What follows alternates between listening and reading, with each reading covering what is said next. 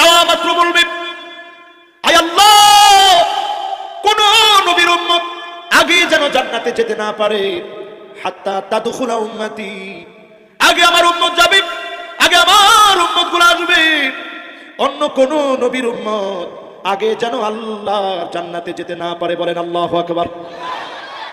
পুলসিরাত পার হতে গিয়ে কত লোক কেটে কেটে জাহান্নামে পড়ে যাবে।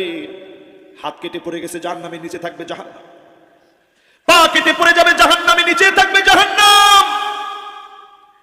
নবী আমার কিনারায় দাঁড়ায় থাকবে, আল্লাহকে ডেকে ডেকে বলবে, ইয়া রাব্বি সাল্লিম, ইয়া রাব্বি সাল্লিম, ও আমার মালিক, দয়া করে মাফ করে দেন, উম্মতগুলা ভুল করে ফেলছে, আল্লাহ মাফ করে দেন। বারবার উম্মতের জন্য নবীজি দোয়া